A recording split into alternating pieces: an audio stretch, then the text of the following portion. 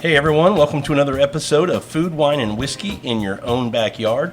I am Rob, your host, and let me introduce my guests first because I'm at a place I'm real excited to talk about, got to eat here, and the reason I ate here was the guy sitting next to me who brought me, who is Carter. Carter's back. How you doing, buddy? Hey, I'm good. You may have heard me from such podcasts as Bourbon, Rye Not. Bourbon, Rye Not, a couple of Food, Wine, and Whiskey episodes. Oh, yeah. All over. Yeah, man. You're hanging around. I guess I'll stay. Okay, this is, I'm going to let you introduce where we're at because this is your place. You brought us here. Me and Sandra were like, that's fantastic. Oh, yeah. We need to come out and do a show and highlight this place. Well, it's one of my favorite restaurants in Houston. If anybody ever asked me where to go eat in Houston, this is probably number one on the list. And it's not just the food; it's the hospitality, it's the people here, and particularly it's Mark and Mary who own the restaurant, and who are joining us, right now. So, Thank you. Mark, Mary, how you doing?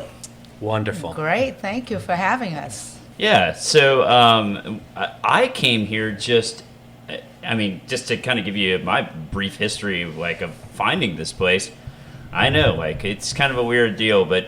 Yeah, I look at Yelp sometimes, and sometimes it directs me in the right direction, sometimes it doesn't, but, it's a good way to kind of narrow the scope.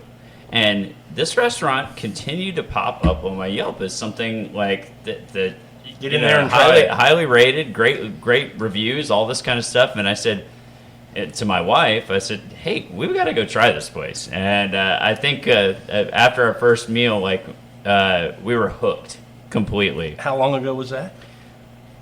Several years ago. Okay. Yeah. So, and we always tend to sit at the bar, not all the time, but tend to sit at the bar because, well, obviously I'm a whiskey nut, so I like seeing the amazing selection of spirits that they have here and the awesome cocktail program that they have here. But I knew it had been a while that you'd been coming up here. At least I figured it had been because your rapport, your friendship, the first night we came, it was, hey, Matt, hey, Yana, how you guys doing, right when we walk in. Well, I will say this, and yes, But that's to your point of the hospitality, the friendly, you guys, they get to know their clientele. Well, I'll tell you something about Mary. She never forgets your name. This is it's crazy. I think after the first time that we came here, Mary came up to us the second time we came and said, Matt and Yana. And we're like, wow, you actually remember our name. I mean, how many people come through here, But I think she has I don't know if it's a photographic memory or what do you consider that? I think it's just years of working in the industry behind the bar that you associate my guests, what they drink and their names. So I just kind of been practicing for years. Oh, yeah. Well, hey, you do a great job. I can say that. Thank you so much. Okay, everybody listening has said, okay, we've heard enough from Rob and Carter. Let's get to Mary and Mark and find out about this great place. So let's dive in. First, there's always a story to how you get where you're at, right? It's never just we opened a place and all of a sudden it was just very successful. You guys, I'm sure, have that long journey of getting here and, good times, hard times, but finally we're here. Can you kind of share a little bit of what that journey was and how we got to Ginger and Fork today? Well, for me, I've been in this industry over 30 years. Okay. Back in Chicago, my family had some restaurants, and after moving to Houston, I was blessed enough to have landed in a couple of nice restaurants. I started at Houlihan's, where I was trained to be a full-time bartender when I was very green. I didn't know much about cocktails. Yeah. And then slowly I moved into the River Oaks Tony Mandola's restaurant. I was there for 24 years. Oh, wow. Yeah, I became the bar manager, wine buyers, training all the bartenders, and had a great time meeting a lot of the nice people who have become very good friends of mine today. So I really enjoy the industry. And but about 5-6 years ago, I started to think about all my friends say, hey, Mary, you've been here so long, you want to try to have your own place, whatever, So I came to think about the concept in the Heights area where we're at.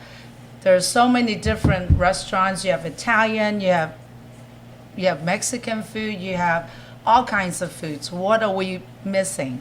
So growing up in a Cantonese family from Hong Kong, I find that there's not any authentic style Cantonese restaurants in this area. So I wanted to be able to share what I love to eat growing up with all my friends at the same time, and put together a very, very nice bar to go along with it, because most of the times, even when I used to take my friends to eat Chinese food or Asian food, and they said that most Asian restaurants, they don't have a bar program or they don't highlight the bar. So I wanted to be able to put together an experience for all my friends. Well, I think you've done that, because I think that's a great point. I've been to a lot of Asian restaurants and Chinese and all different variations, whether it's sushi or whatever, and none of them seem to have a big bar selection. And even if they have some things, they certainly don't have the quality that you all have here, and we'll get into that later. Yeah. Well, one thing that was kind of striking about when I came here, and I've gone to Chinatown in Houston to many different restaurants, and one thing that struck me here was that this is a very nice establishment, great ambiance. It's upscale. It's an upscale restaurant. Yeah. It's got a great bar program, and a lot of times that's what's lacking. Great food at some places down in Chinatown. Don't get me wrong, but they don't have this experience, and that's kind of the thing that really drew me based in. on what Mary said, that's kind of what you're trying to deliver. Right. So if you ever go to Hong Kong and you go into a very nice hotel in a nice area, they have some fine dining Cantonese cuisine or fine dining restaurants in there. That's kind of what we're like, with white tablecloth at night and high quality food items and modern service. Okay. So where did the two paths cross? I mean, you guys are partners in the restaurant, but you're also partners at home, right? In life, yes. Yeah. She owns you, Mark. She does. 24 hours, 7 days a week. Yeah. So when did was this a joint venture? Was this something Mary started and you got involved with, or how did this both of you get? That's exactly what happened. When she conceptualized the restaurant 6 years ago, I asked her, I said, what type of cocktail program are you going to have? She says, well, I'm going to do what I know. And I said, I know nothing about craft cocktails, but I know that there is a huge trend toward craft cocktails. And she said, I know where this is going. She says, I don't have the time to do that because I'm so busy focusing on getting the restaurant open. She says, I know you love to research. So with that being said, when I Googled top cocktail bars in the world, 2 lists pop up automatically: Tales of the Cocktails out of New Orleans and Top 50 Bars in the World. And both lists, Dead Rabbit out of New York was number 1. So she said, okay, now before we open, we'll go all over the world and we'll learn how to do this craft cocktail. I said, okay, great. So when we went to New York had 10 of the top 50 on the list, by the way, at that time. And I thought, well, we'll start out at Dead Rabbit. Well, this is how serendipity worked. As we got there early, we got in first. Dead Rabbit is 2 stories. The first level is the tap room. They don't make craft cocktails. But behind the velvet rope, you go upstairs, and there's the parlor, and that's where they make craft cocktails. So we sit down, and we sit across a bartender. His name is Greg Buddha. And we were only intending to stay for maybe 1 or 2 cocktails. Well, after seeing his skill, because we'd been around the world a little bit already, his skill level far exceeded anybody that we'd ever seen. We stayed the whole night. Okay. We became friends. We exchanged email addresses. That was 6 years ago. September, we took over the business to do demolition in October. Mary pops up out of bed in December, and she says, what do you think about bringing Greg Buddha to Houston to help train us and set up our bar? I said, 2 things. You're crazy, and he's going to be outrageously expensive. And he was. So that Sunday morning, I emailed. That means you did it. I did it. Well, I You found out. Yeah, I emailed him Sunday morning. He responded right away. We called him. We flew up, had a meeting with him. Mary renegotiated his price, and he was here a few weeks later. So he came in January for 5 days. He trained Mary, myself, our head bartender at the time, Jeremy Olivier, and he trained us on how to set the bar up. We were lucky because the bar was torn up at the time, so he designed the bar, and then he trained us into making all of the sherbets, the cordials, the syrups, the technique. So when you see this bar and you go to Dead Rabbit, it's set up exactly the same. Oh, wow, okay. If you look at our jiggers, everything is calibrated and measured. There's no cocktail free pouring. Every bartender precise. every bartender that steps back there makes the cocktail exactly the same. And there's a reason for that. Technique. For the result that you're. Correct. Yeah, okay. And that helps with- Consistency. I was just going to say. helps with Consistency. consistency. Okay. Well, we're going to get into the restaurant and the food, but my first question would be Ginger and Fork. How did the name? Okay, so because of the concept we're trying to offer, and at the time, my daughter just graduated. When did she graduate? 10 years ago. She graduated in 2011. We're at 2000. We started in 2015. Okay, so she graduated from UT and she has a degree in advertising and a degree in Mandarin Chinese. So she knows the culture very well, and she knows how to create, all the advertising, marketing stuff. So she's the one that came up with the names. We play with quite a few. And so she said, well, ginger would represent the food part because we do, use a lot of ginger in the Cantonese cooking. And then the fork represents the modernized, the Western style of service that we can offer. Most Asian restaurants in town don't have that. So I love that concept. Ginger and Great Fork. idea. It makes total sense Nailed now it, that I right? hear it, too. Yeah. You never knew this story. I did not, Yeah. no. All right. Matt's learning something today, I too. know. It's like every day. Okay, so people are listening, they know Chinese food, they know, Japanese and sushi. They hear Cantonese. They may not be so sure, what exactly is that? How does it differ from Chinese food? Can you give a... Okay, so if you put Chinese food or Asian food at the top under your title, and then underneath of it, you have different categories. You have Szechuan, you've heard of. You have Japanese. You have Shanghai. So that our category is Cantonese. But one step further, we're Hong Kong style, meaning it's a little bit more modern. The service, we have the wings that we have is totally a Hong Kong style food item. So that's who we are. So what would define it to be different than Chinese? Hong Kong food versus Chinese food? Okay, so Cantonese, we have a lot of different flavors that we use in our cooking. Not totally spicy. We have some spicy items, and we also focus on a lot of fresh vegetables. Okay. Different delicious fresh vegetables, and our clientele like Matt, he loves it. Yeah, Oh, absolutely. yeah. I mean, hey, I've never had green beans so good. That's for sure. To me, when most people think about American Chinese food, I call it American Chinese food because it's always the sweet and sour chicken, orange chicken, kung pao chicken. These aren't traditional Chinese dishes. Not everything's breaded and fried and a big heavy sauce on it, right? Right. So some of these items, including fortune cookies Right. and General Tso's chicken, I believe if you look it up, these items were created They a were long time ago in United San States. Francisco, Yeah. where Yeah. a lot of the Chinese immigrants, started moving to the United States, and they landed in San Francisco. So they tried to create items that would fit the American palate and names that they created. That's Okay. how I understood Yeah. it. That's But you kinda- can't find those in Hong Kong. Yeah, you Yeah. wouldn't find them at all. No. They'd laugh at you.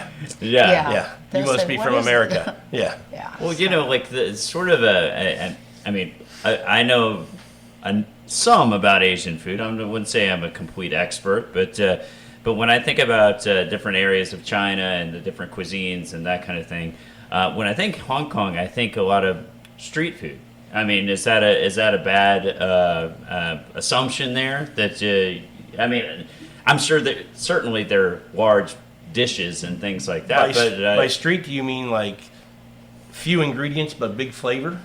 Yeah. Well, actually, if you're in Hong Kong, there are certain areas that you're right. There will be street foods, but very much like appetizers, food that are on the skewers. You know, Yeah. that you can walk up and buy and just walking around and eating at the Yeah. same time. But you have to have a lot of foot traffic in order to do To that. sustain In it. Hong Kong, yes, you Oh, do. yeah, A yeah. lot There's of a foot lot of- traffic. The there's a- people all day long in front of In you. Hong Kong? Yes. But Nah. here, yeah, Low it's a population little city, Yeah. you know. correct. So you're right. Yeah. Okay, well, I want to dive into the menu because you have some fantastic things that I'm looking at your menu. But before we do, I want to let everybody know you're at 4705 Inker Street, which is, we call it the Heights. It's right off I-10 in Durham. And you're closed Sunday and Monday. You're open Tuesday through Saturday, but Tuesday through Thursday, 11:30 to 9 p.m., and then Friday and Saturday, 11:30 to 10 p.m. That is correct. Okay, let's get that out of the way. Let's dive into your menu. Let's get into the appetizers and the small bites. And I'm going to ask Carter to start us off with what are a couple of your favorite things to eat here? Well, one thing that was mentioned already are the wings. They are the best chicken wings I've ever had. They're fantastic, and I am a chicken wing connoisseur of sorts. But Why is Mark laughing at you? I mean, hey, I think I order them every time I come here. but anyway, they are fantastic. They're just crispy. They're the right amount of heat. They're, I mean, you know, juicy. You know, like they're delicious. So how do you make them, Mary? Can you give that? So yes, so we take the wings first. We marinate them, put spices and seasoning overnight, at least 24 hours. And when we fry them, we don't dip them in the batter, so we dust it with cornstarch and we deep fry it that way. But it's already seasoned, and then we finish in the wok, toss them in the Cantonese salt and pepper spice, and then some chopped onions and peppers. So it's tasty, it's flavored, but not saucy. Your hands don't get Not dirty. all that breading. Right, Yeah. and no breading. So Sounds that's good. yeah. Oh yeah. I guess I would be remiss to not mention the soup dumplings, though. I mean, maybe they're not necessarily a Cantonese dish, but they are very good here. Yeah, if you didn't mention them, I will. And I think there is a story about that, right? Well, number one, soup dumplings always been one of my most favorite foods in the world. Okay, it's not a Cantonese specialty, but it's very, very popular in Hong Kong. A lot of cuisines serve them. It's a specialty out of Shanghai, China. So we serve the soup dumplings. They're pork inside with a delicious broth. Then we put a side of the red wine ginger vinegar to go with it, and along with our house-made chili oil that everybody loves to go. Oh, yeah. Yes, Yeah. so. I It is totally forgot about that. I mean, you know, the chili oil is fantastic. Yeah, that's good on everything. Yeah. Yeah. Everybody listening might be wondering why Mark's not getting a chance to talk here. And we're going to let everybody know that Mary is in charge of all the food, and Mark's going to jump in shortly when we get into the cocktails, the spirits, Yeah. the wine, and all the fun stuff that he likes to tackle. Yeah. So he's coming up shortly. Oh, yeah. Yes. Oh, yeah. All right, so I also want to talk about, you mentioned one of the very popular dishes on the appetizer menu was the tofu cubes. Spicy Okay. So it's that's one of my favorite and my daughter's favorite appetizers. So we take medium firm tofu and cut them into cubes. And then again, we use cornstarch instead of batter. So it's not so much breading. We dust it with cornstarch. We fry them to very crispy. And again, we toss it in the salt and pepper. And it's it's delicious. Some of our guests that didn't like tofu, they come here and they eat that. Yeah, my first thought is I don't like tofu, I'm not interested. It doesn't have any flavor, but the way you describe it, I'm like, okay, I'm ready to try that. Well, I next mean, time if we you come up. season, Yeah. you could kind of say that about chicken breast, but if you season it right, it tastes really darn good. and you talk about it being crispy too, so that texture is going to be nice. Yes, yeah. it's delicious. Well, jumping into the main menu, and you have a lot of different things here. We have hot and cold. We have grains and noodles. I mean, we have main eats which are sea and land and earth. So we're going to jump into some of these things. But Matt, I think one of your favorites, tell me if I'm wrong, is the pineapple chicken. Oh, I love it. It's so good, and it's actually a good segue from the tofu because I'm not vegetarian or anything like that at all. However, I will say sometimes I order this dish without the chicken and add the tofu to it, and it's delicious. Really? It's absolutely delicious. I don't know what exactly makes it delicious. Probably just the way they prepare it, but it's just it's fantastic. So for a lot of vegetarian friends, we have a product called soy chicken, which what you mentioned tofu is actually firmer. With that dish, we have a batter. We fry them, and then we toss it in a wok in this delicious. This is an authentic style of sweet and sour chicken. Okay. So instead of using a lot of sugar and vinegar, there's fresh pineapple we put in there, sauces, and it creates a really delicious sauce. Personally, for me, I mean, I love that dish, the pineapple chicken or the pineapple shrimp. So. But the chicken is not breaded. It is breaded. It is breaded. But occasionally we'll have some guests that, hey, I don't like deep fried. But so that's when I explain to everybody, all the dishes are cooked to order. So if there's something you don't want, you can remove, you can add. We don't have to bread it if you don't want. You're going to make the customer happy. Yeah. Right, exactly. Yeah, absolutely. Yes, so. Okay, fire away. What else you got that you like a lot? I mean, you have to do the chow fun. I mean, that's to me, if it's the first time you walk in here, you have to order the chow fun. I mean, I might be wrong, but you can't get more Cantonese than that, right? You are absolutely right. Because to me, when I explain to every table who's never been here, first-time guests, soy sauce chow fun, adding beef to it, is a classic noodle dish from Hong Kong. It is as popular as spaghetti and meatballs of Italy. Okay. The Chinese name for that dish, if you can remember, Rob, is called Gong Cao Ngao Ho. Every Chinese person in Hong Kong or here, when they come in, they would order that. Really? Yes. They know what it is. They see know it what it is. They go, It's man, you classic. got that? That's what I want. That's right. Okay. Let me add that is our benchmark for when we hire a chef in the very beginning. That's also the hardest dish for a chef to make because that takes years of experience with the wok. Well, you bring up a great point that we talked about before we actually got on and started recording, is that your chefs are not typical chefs. Your food is, you call it authentic Cantonese food because... All our chefs are from Hong Kong. They don't speak English. Yeah, so how do you get your chefs? Oh, Mary, okay.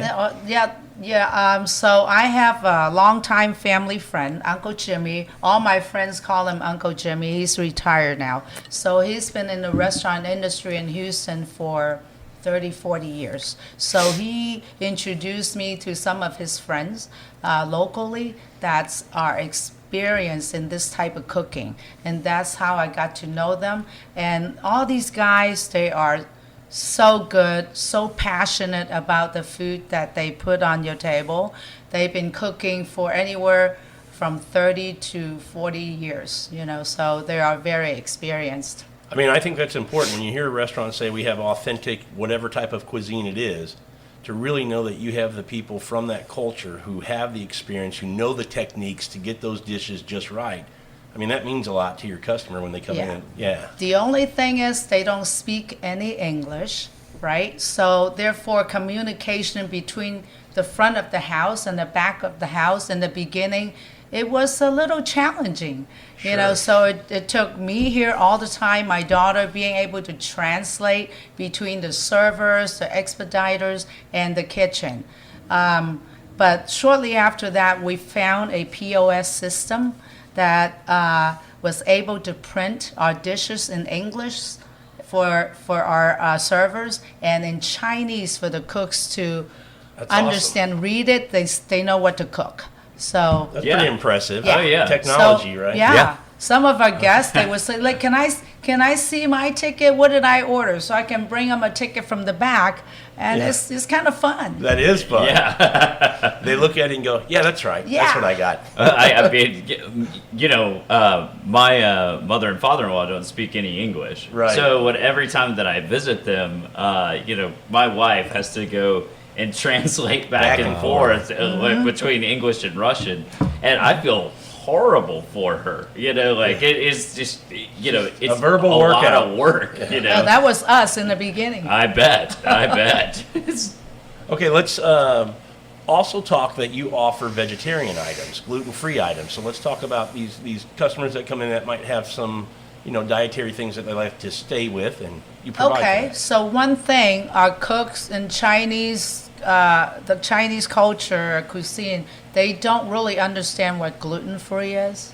Right. You know, so it's really hard to explain that. So, but in our cuisine, we don't use a lot of soy sauce to begin with. On the fried rice, you don't need a lot of soy sauce. We use a high-grade rice, jasmine rice, to begin with. So to avoid all the explanation, I just researched a company and I found a gluten-free soy sauce. Okay. So we're probably one of the only Chinese restaurants in Houston that would offer that, and because it's a lot more expensive, number one, and but I'm happy to use it because we can offer, you know, different diets, you know, and also vegetarians, all the fresh vegetables that we offer, the gailan from the baby bok choy and the snow pea leaves, the snow pea greens that have become so popular here. They're delicious. And the, I see stir-fried green beans. Sound the great. green beans, I mean, Matt's favorite. I love right? them. You know, so we cook it in a classic Cantonese fermented bean sauce. So it adds a lot of flavor, and we keep it crispy. Oh, yeah. You know, so it's really delicious. So I want to ask you how you rank one of these I see there, because it's an ingredient that I love. The mixed mushroom. I love mushrooms. What is this? So I love mushroom myself. So that is a dish that I added there for myself. Oh, there you and go. yeah, so mixed mushrooms. We use a Cantonese black mushroom.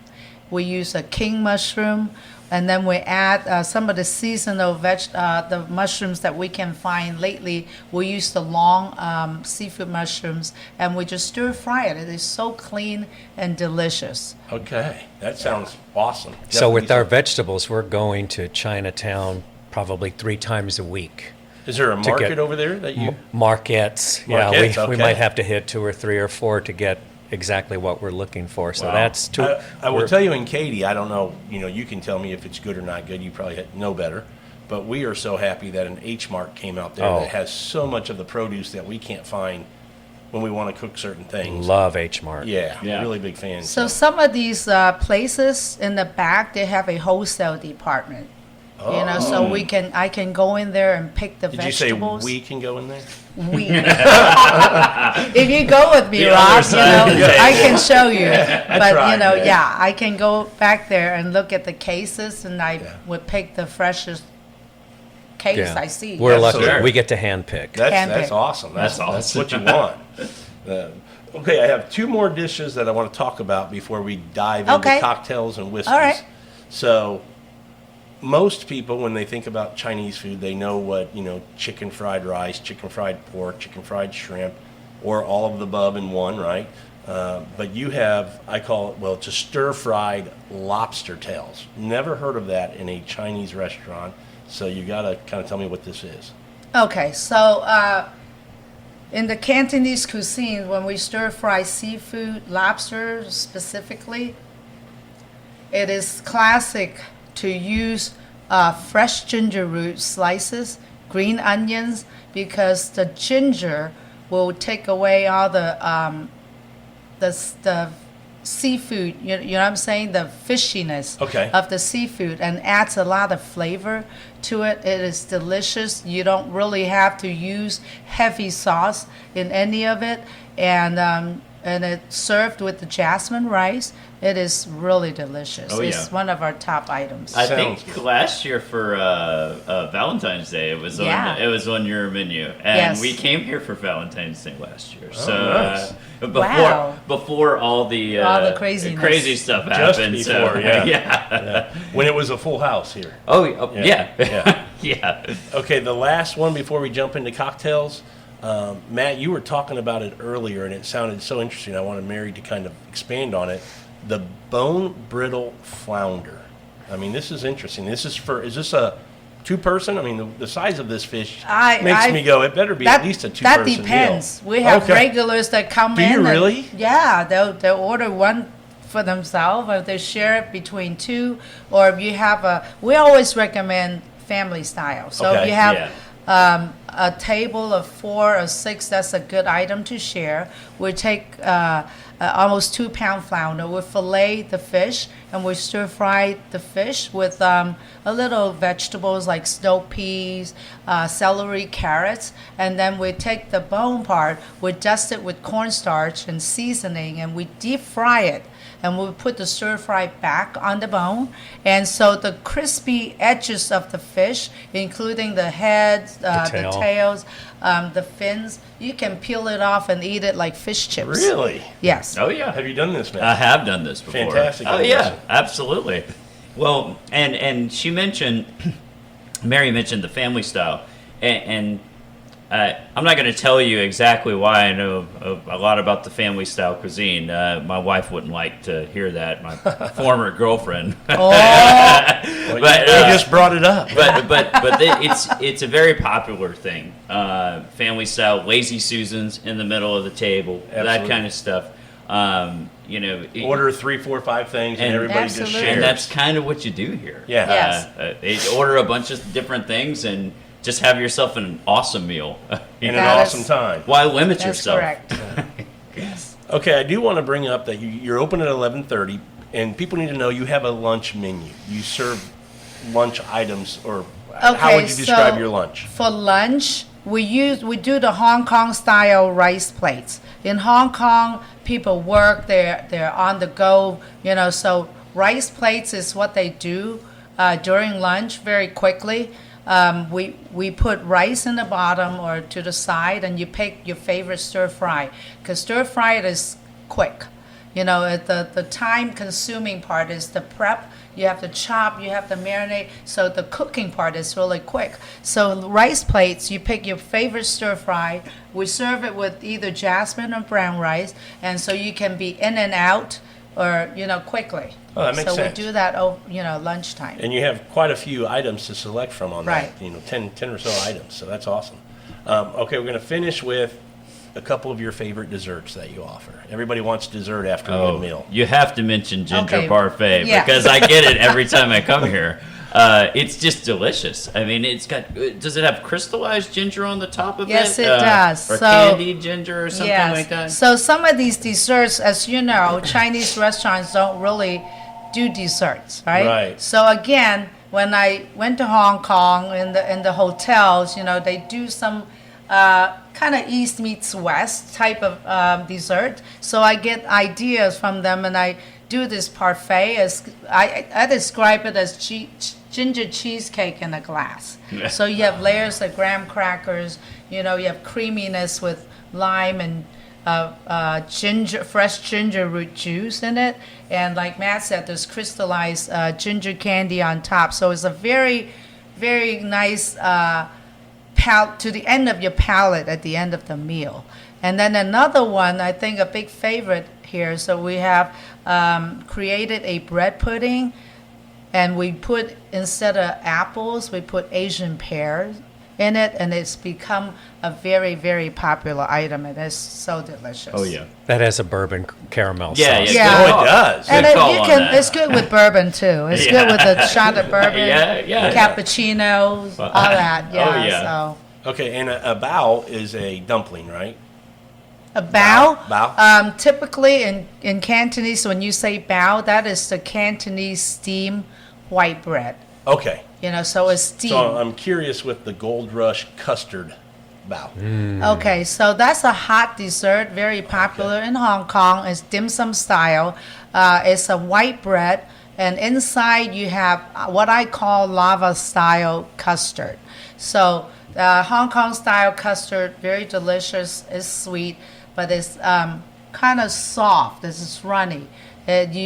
It's hard to explain it until you experience it. So come Okay. on, next Yeah, time absolutely. you come, Yeah. Rob, go ahead and try Yeah. that. Order a couple of those. Order it. They're It's so fantastic. delicious. We'll probably have that in the parfait. Oh yeah. Why not? Why not? All right. Well, Mary, thank you so much for going over the food, and I'm ready to get Mark in here. Thank you. Let's see these awesome cocktails and whiskeys that you guys have up here.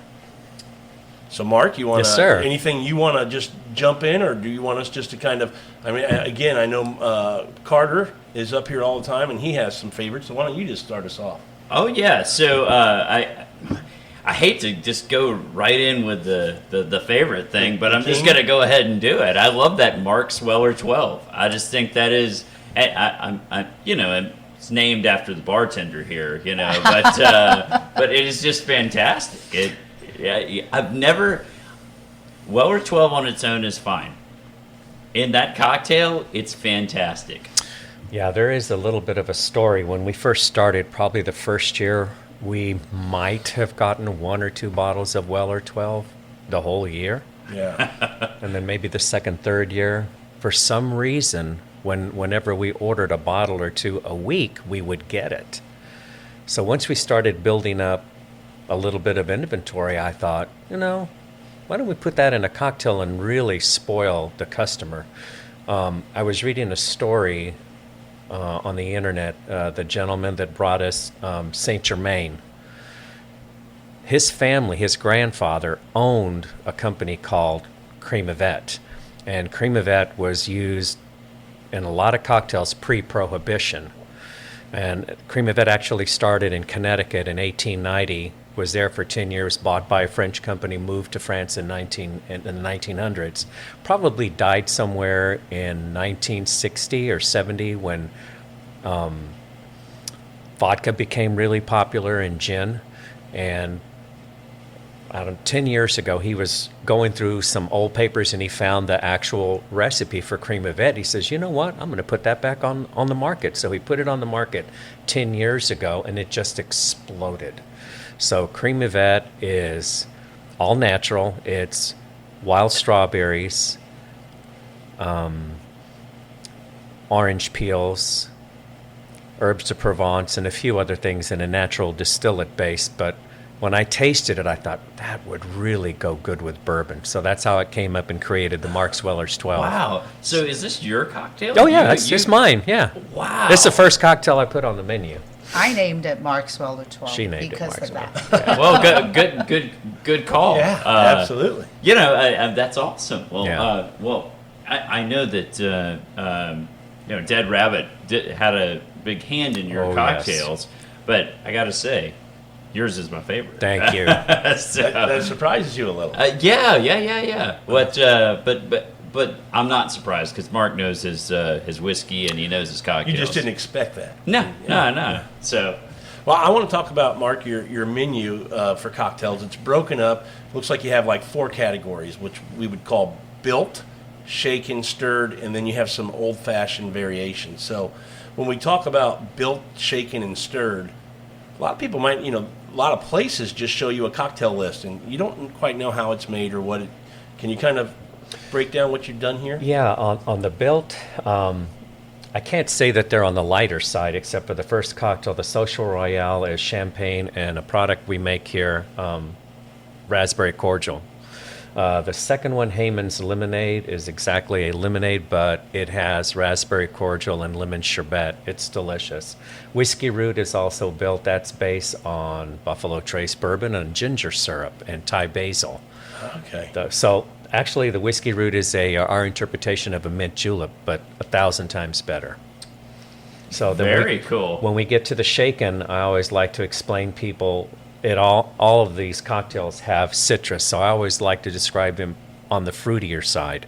Yeah. But don't be fooled, because they have probably as much spirits as the stirred or the old fashions. Well, you know, your daiquiri here is fantastic. I've had it multiple times. Thank you. Well, the daiquiri, again, here's another thing that if we didn't have Ernest Hemingway, we wouldn't have the daiquiri. So how do you elevate the daiquiri? So when Mary and I were in Hong Kong 6 years ago, we actually found a cane sugar from Hong Kong that we bring back in suitcases because you can't find it here in the United States. And Greg Buddha, our mentor, actually suggested putting fresh eucalyptus in it. So when you taste that cocktail, it is elevated. Does it have a eucalyptus leaf on it? It sure does. That's what I seem to remember that. So that's the garnish, but when we shake it, we actually put a eucalyptus leaf in the tin when we shake it, so it imparts that flavor. Well, and a lot of people think of daiquiris and they think they're just going to be this sweet, sugary, Correct. like they just think of like New Orleans style drinks or something, or Right. island drinks. Well, something. and you touched on a good point, because when customers say, "Oh, I don't want anything sweet," I said, "You're in the right place," because all of our cocktails are balanced. None of them are overly sweet.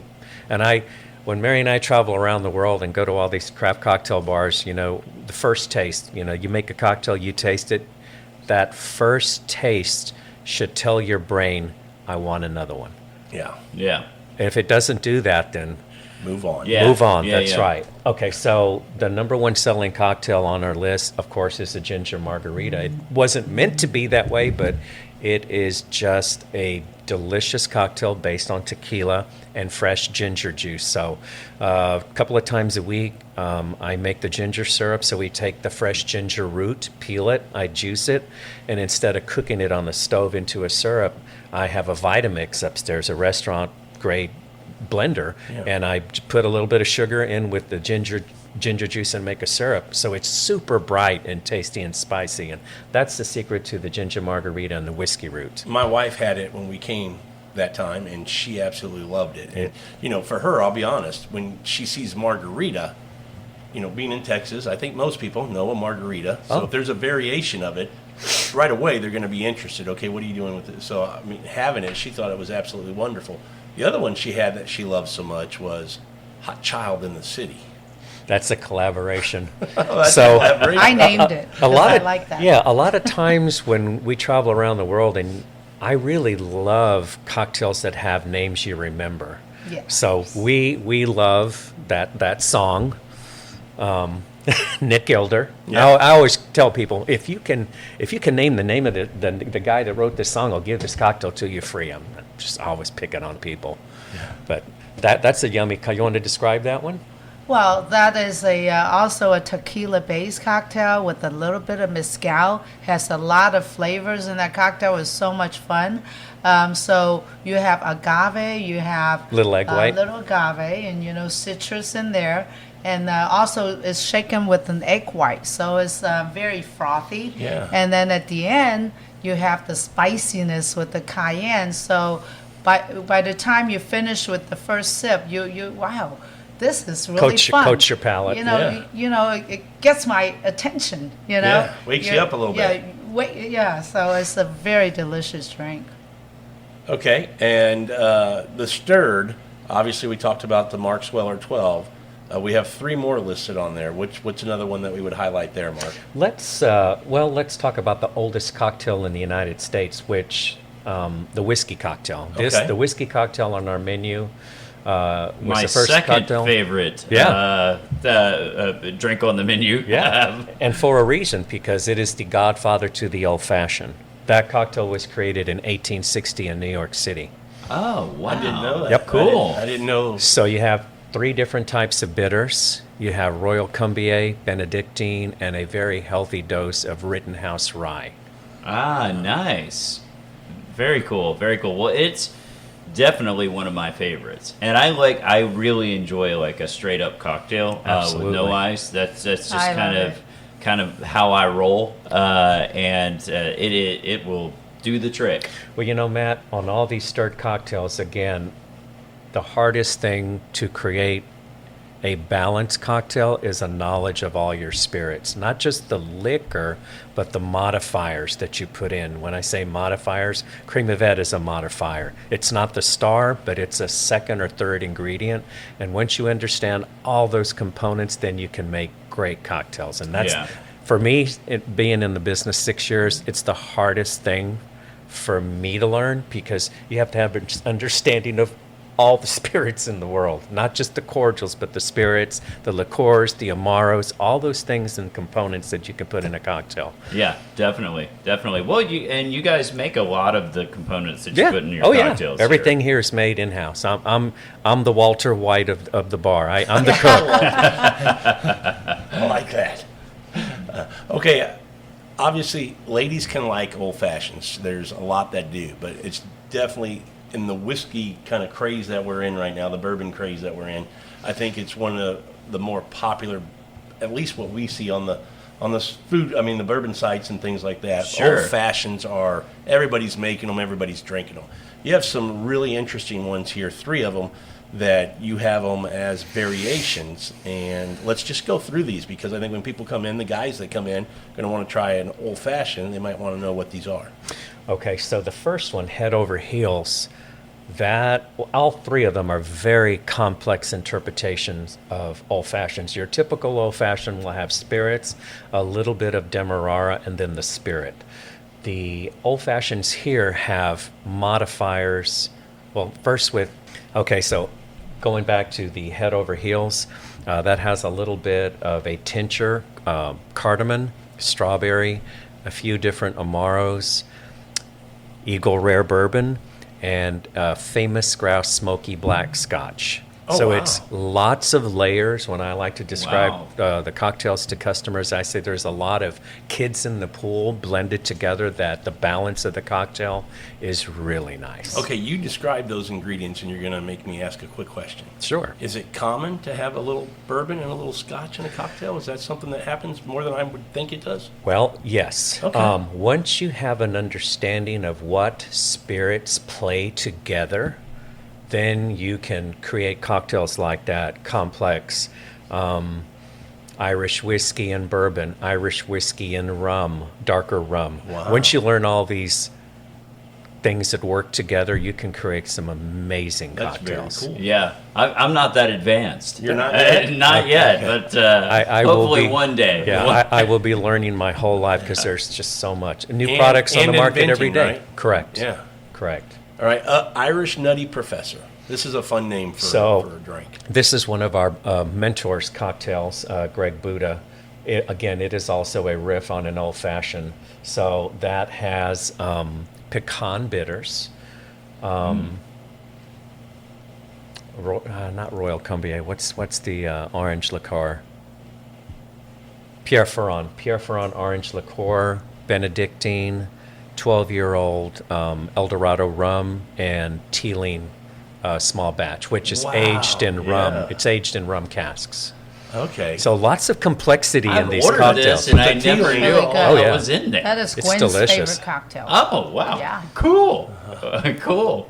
Okay, then you have Second Marriage. Again, this was given to us by Greg Buddha, and this was probably one of the most prominent cocktail bars in New York City, even before Dead Rabbit, called Milk and Honey, was opened by a super famous bartender named Sasha Petrosky. He did a whole series of riffs of old-fashioned based on Spanish sherry. Okay. So this one has Angostura, PX sherry, which is the sweetest of all the Spanish sherries. It has a split between Buffalo Trace bourbon and French Calvados, which this particular one is made with apples and pears. Wow. So it's delicious. Man, I mean, there is so much in these. Yeah, I'm generally rolling with 3 ingredients, when I'm putting stuff together at home. Going to be an explosion of flavors. Oh, that's excellent. I haven't had one of those, but now I'm intrigued to come up and try a couple of those. Yeah, definitely. Yeah, absolutely. Okay. Well, anything else about the cocktails you want to make sure Yes. people know? So over the last 5 years, we featured a lot of cocktails on the menu, and most of the time, if we have the spirit and modifier ingredients, we can make the cocktail. The times when we can't make cocktails is when there's a sherbet, a cordial, or a syrup that particularly goes with one cocktail. But most of the time, when we have customers that are veterans, I'll call them veterans because they'll order a cocktail that's not on the menu. I'm like, that's somebody that's a regular. Yeah. Just in the last 2 weeks, I created 2 cocktails, one specifically for Chinese New Year's, brown spirit base, and then I created a gin-based cocktail based on a dessert we had on New Year's Day, based on ube yams. Just So, delicious. yeah, I'm constantly always trying to create stuff, but it's not easy. So, it's hard. Do you like a customer to come in and sit at the bar and go, I see all your cocktails, they look great, but create me something that's not on there. Come up, be a little, get fun with me real quick. Okay, so here's another thing, too, that I've learned from my training is never make a cocktail on the fly. Okay. So always have a cocktail that you know that tastes good. You can make simple stuff on the fly, but complex cocktails, those take time. Yeah. And to know the balance of all the ingredients that go into a trial cocktail. and error. Right. And you can correct me if I'm wrong, but I think you guys rotate things in and out of your menu. We do. As well, because there's sometimes I'll come in here and I'll go, I've never seen that before, and then I'll say, hey, where'd that go? Right.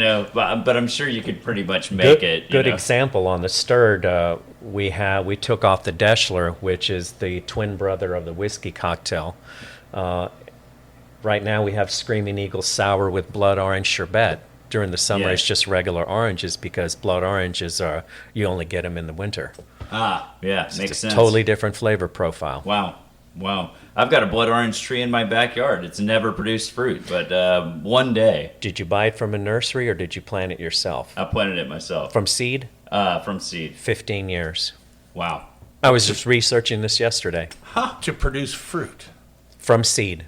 Wow, You're 15 gonna have to years. dig that up. And If take you it buy with it, you. if you buy it from a nursery, they've propagated it, and it might have fruit on it when you buy it, and once you transplant it, it'll take a year or two to produce fruit. I know all of this. Interesting. Yeah. Wow, that's super cool. Yeah. Well, I guess let me tell you, Matt, he knows because Mark does grow a lot of the herbs that we use. Yeah, all the herbs we have in our program. Eucalyptus tree in the back. Oh, we wow. have all the herbs, basil, the sage. mints. I have it all at the house. I grow it all and at the the house. chocolate mint. Awesome. We have a dessert cocktail that is fabulous. The grasshopper.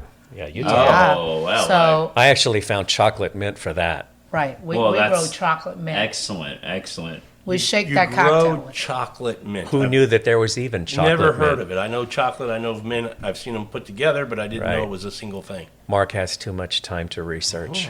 Mark is creating awesome things for his customers. Yeah. So for the audience, you're in for definitely in for a treat if you come here and get a cocktail from Ginger and Fork. But we also want to touch on, you have just a killer whiskey selection.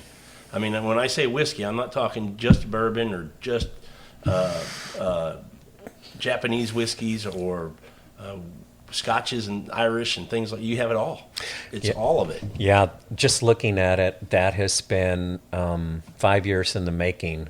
It is, being in the restaurant business, it's extremely hard. It gets harder every year to get American bourbon because of the popularity in the last 5 years. It's, even for a restaurant, we should get first choice. Well, multiply that time all the restaurants in Houston. Everybody wants it. So I get a bottle here, a bottle there, and now we have a really balanced selection of American whiskey. The scotches we don't have a lot of them, but the ones we have, I think, are the ones we should have. We have probably a better selection of Isla whiskey, the peated stuff, because I love peated whiskey. We have the best selection of Taiwanese whiskey for a restaurant. We have probably everything you can get in the United States. We have a little bit of the antique collection from Buffalo Trace, an extensive collection of Japanese, not just All the hibiki. Hibiki, Yamazaki, Hakushu, the Nikas, and Mars, which is probably one of my most favorite whiskeys. It's Japanese also. What else do we have? some really- Irish. Yeah, Irish. I was Don't gonna let's say not the red forget breast up Irish. there is- We have probably the best selection of Irish whiskey in Houston, only because of our relationship and knowledge of Irish whiskey from Dead Rabbit. Oh, okay. That's where Yeah. you learned that. Oh yeah. That red breast is fantastic too. So. Oh, yeah. Middleton. It's great And distillery. just so listeners know as well, you have the Blantons, straight from the barrel. You have birthday bourbon. You have the Pappy line. It looks like a Lot B and the 10, and I think it looks like the 15. I mean, you have some great and, whiskeys. and up we here. just got the 13-year rye. Oh, you did. Oh, yeah, Pappy. nice. So extensive. I mean, whiskey collection. I mean, just really great bottles too. Matt, you have some. Oh yeah, I mean they've got they have things in and out all the time, but I mean they've got a nice collection of the birthday bourbons up there. They've got I think 3 different years of birthday bourbon, Right. which hey, I'm a fan. You know, I'm a Brown Foreman You're fan. a little Oh, bit. yeah. But anyway, I mean they just kind of have a little bit of everything. So you know our whiskey friends who listen to these podcasts. You're not going to be disappointed. Oh, Coming you're going to here. want to come here multiple times to eat the great food and have the good whiskey that's up here. Oh yeah, definitely. And there's probably some people going, well, okay, that's cocktails, that's whiskey. I mean, where's the wine? You got the wine. I mean, you guys have a very large selection of really good wine. If you want New World, you want Old World, you want whites, reds, you want bubbles. I mean, you've got it all. You've done a good job. Who picks your wine? Well, between Mark and myself, we go to where our favorites, and then we just go to, okay, I think this will go with our cuisine, or, our audience would like that with our food, so you got to think about different factors. Yeah. Yeah, definitely. Wine is fantastic. I'm looking at your list, and you've got all kinds of good things from Napa Valley and Rhone Valley, and I love the Sangiovese from Tuscany, so that's my wife's favorite. So yeah, you have some great wines. One of my favorite Merlots is the Duckhorn, and you guys carry that up here, good which stuff. is I've great. been selling that for years. Have you really? Yes. Yeah, I'm sure that's a So- hitter. Yeah. Well, this has been a great time. We appreciate you guys coming on the show and letting us kind of put it out to our audience all about Ginger and Fork. People I'm in the Katy area, and a lot of people there may not know. They may not know about the restaurant, but that's the point of this, is to get people more familiar with what you guys do and what you offer, and get them in here to try your great food Well, and your thank great you very drink. much, Rob. It's Thank been a you for pleasure. having us. Matt, any final words? If you don't come here, you're missing out. That's all I could say. It's you're going to have a great restaurant experience, total, from service to food to drinks to everything. So appreciate I do want to finish with one note. You guys do an outstanding job of making sure in this COVID environment that people are comfortable when they come in. A lot of restaurants are open, but it's just whatever the percent of capacity, they just come in and they get to that point and that's it. You guys really do a diligent job of making sure people are sanitized, temperatures are checked, that you're creating an environment people can feel comfortable. A lot of our guests come here because of that, and because we follow Hong Kong restaurants too, and Hong Kong, they've been through the SARS, this. So this is what they do, and Yeah. besides keeping your space distanced, and sanitizing everybody, just a little extra. I don't think it's too much to ask for, and that makes everybody that comes through the front door be comfortable, that everyone else go Absolutely. through that. Yeah, they I feel think that's great. safe. I think that's great. Well, if you haven't been to Ginger and Fork, definitely get up and come this way. Check them out. You're not going to be disappointed with the great food. You'll be blown away by the cocktails. And if you like whiskey, you have an awesome selection to pick from. So come out to Ginger and Fork. Check them out. Thanks, everybody, for listening to this episode of Food, Wine, and Whiskey in Your Own Backyard. And until our next episode, enjoy your next pour.